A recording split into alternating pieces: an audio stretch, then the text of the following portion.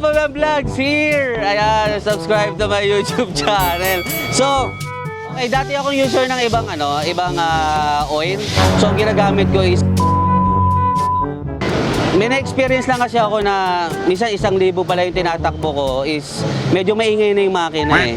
No? So, syempre, as a delivery rider, mas gusto natin yung mas nasusulit natin every change oil. Alam niyo naman, magastos, di ba, magpa-change oil.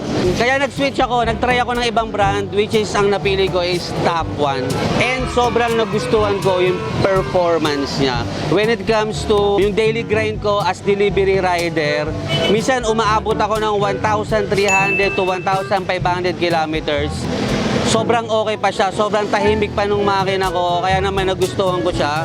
And as a motovlogger is gustong-gusto ko rin siya kasi kung saan-saan kami nakakarating. And ayun, sobrang nasusulit ko si Top One, kaya nag-switch ako sa kanya. So 3 months ko pa lang siya nagagamit, pero grabe, sobrang solid. Top One, good job.